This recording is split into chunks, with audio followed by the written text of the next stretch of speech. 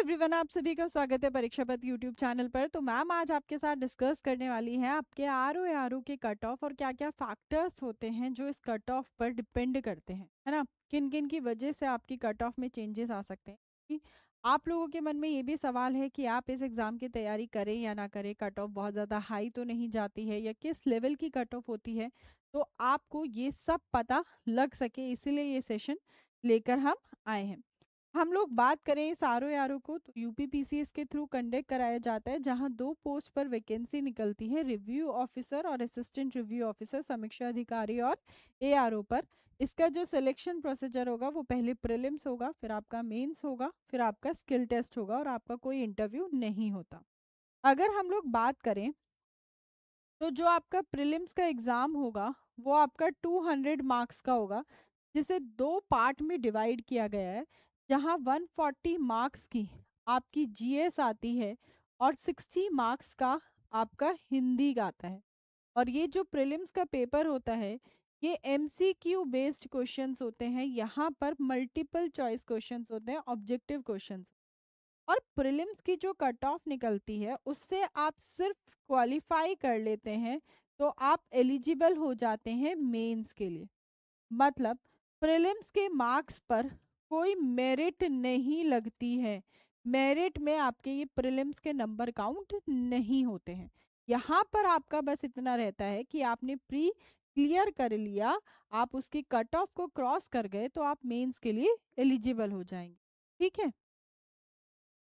अब हम लोग बात करते हैं क्या यहाँ पर नेगेटिव मार्किंग होती है। तो बिल्कुल 1/3 मार्क जो है वो नेगेटिव मार्किंग भी होती है, मतलब 1/3 नंबर अगर आपने गलत आंसर दिया तो आपका कटेगा ही कटेगा। उसके बाद आ जाते हैं मेंस पर, मुख्य परीक्षा पर, जहां पर आपका जो पेपर 1 होगा वहां 120 नंबर का होगा, 120 मार्क्स का। यहाँ पर भी 1/3 नेगेटिव मार्किंग होगी। एमसीक्यू बेस्ड क्वेश्चंस होते हैं और ये आपका जीएस का रहता है। किसका रहता है? जीएस का। पेपर 2 जो है वो आपका ऑब्जेक्टिव और डिस्क्रिप्टिव दोनों होगा। और ये आपका हिंदी का पेपर होता है जहाँ 180 मार्क्स का होता है और 3 घंटे मिलते हैं। जो पेपर 3 है वो आपके 120 मार्क्स का होता है, जिसमें आपको ऐसे लिखने होते हैं। ये डिस्क्रिप्टिव होता है आपका, 3 ऐसे आपको लिखने होते हैं। और जो फाइनल मेरिट बनेगी वो आपकी मेंस के मार्क्स पर ही बनेगी।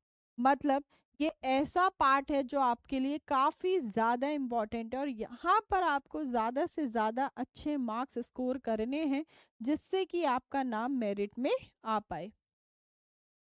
तो इसी के आधार पर मेरिट बनेगी कितने नंबरों में से? 420 नंबरों में से। अब हम देख लेते हैं कि अब जनरली इसका पेपर हर साल नहीं होता, पिछली बार भी चीटिंग होने की वजह से इस पेपर को रीशेड्यूल करा गया था, है ना। और जो कट ऑफ रिलीज करता है हमारा आयोग, वो भी काफी टाइम बाद ऑफिशियल कट ऑफ जो है रिलीज करता है कि उसने कितनी कट ऑफ जारी करी थी। हम बात करें 2025 की एक्सपेक्टेड कट ऑफ, क्योंकि वो फाइनली रिलीज नहीं की गई है अभी। तो आउट ऑफ 200 जनरल कैटेगरी की 122 से 128 नंबर के बीच गई होगी। अगर हम ओबीसी की बात करें तो 118 से लेकर 124 के बीच, शेड्यूल्ड कास्ट की 105 से 112 बीच, शेड्यूल्ड ट्राइब्स के आपके 95 से लेकर 102 के बीच, ईडब्ल्यूएस की 120 से 126 और आपकी पीडब्ल्यूडी की 88 से 95 के बीच, और फीमेल कैटेगरी की आपकी 118 से 122 के बीच, ये एक्सपेक्टेड है। ठीक है। अब आ जाते हैं हम लोग आर ओ का जो 2023 का जो रिजल्ट का स्टेटिस्टिक्स था वो क्या रहा था। अगर हम लोग बात करें, जो कैंडिडेट्स मेंस में अपीयर हुए थे वो आपके 5930 कैंडिडेट्स थे, जिसमें से 419 कैंडिडेट्स फाइनली सेलेक्ट हुए थे। 338 आपके रिव्यू ऑफिसर्स थे, 81 आपके एआरओ थे। तो ओवरऑल जो परसेंटेज थी वो थी आपकी 7.06%। यहाँ पर 2023 की बात करें तो जनरल अनरिजर्व्ड कैटेगरी की 127 से 137 एक्सपेक्टेड, ओबीसी की 122 टू 128, फीमेल जनरल कैटेगरी के 113 से 118, शेड्यूल्ड कास्ट के 102 से 109 के बीच, शेड्यूल्ड ट्राइब्स की 90 टू 98 के बीच और पीडब्ल्यूडी की 80 टू 81। ये बात कर रहे हैं हम प्रीलिम्स की जो 200 मार्क्स में से गई थी।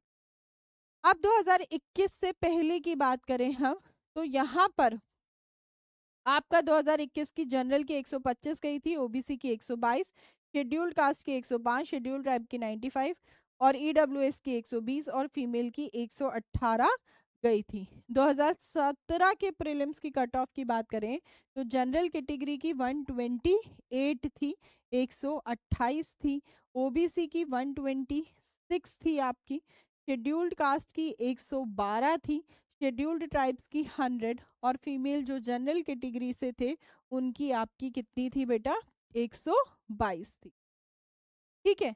अब आपने ये देखा होगा कि जो जनरली प्रीलिम्स की कट ऑफ है वो आपकी 125 से लेकर 130 के बीच लाई कर रही है, जो आपकी आउट ऑफ 200 प्रीलिम्स की कट ऑफ है। तो आपको यहाँ पर अपना लेवल रखना ही रखना है जिससे कि आप प्रीलिम्स को क्वालिफाई कर सकें।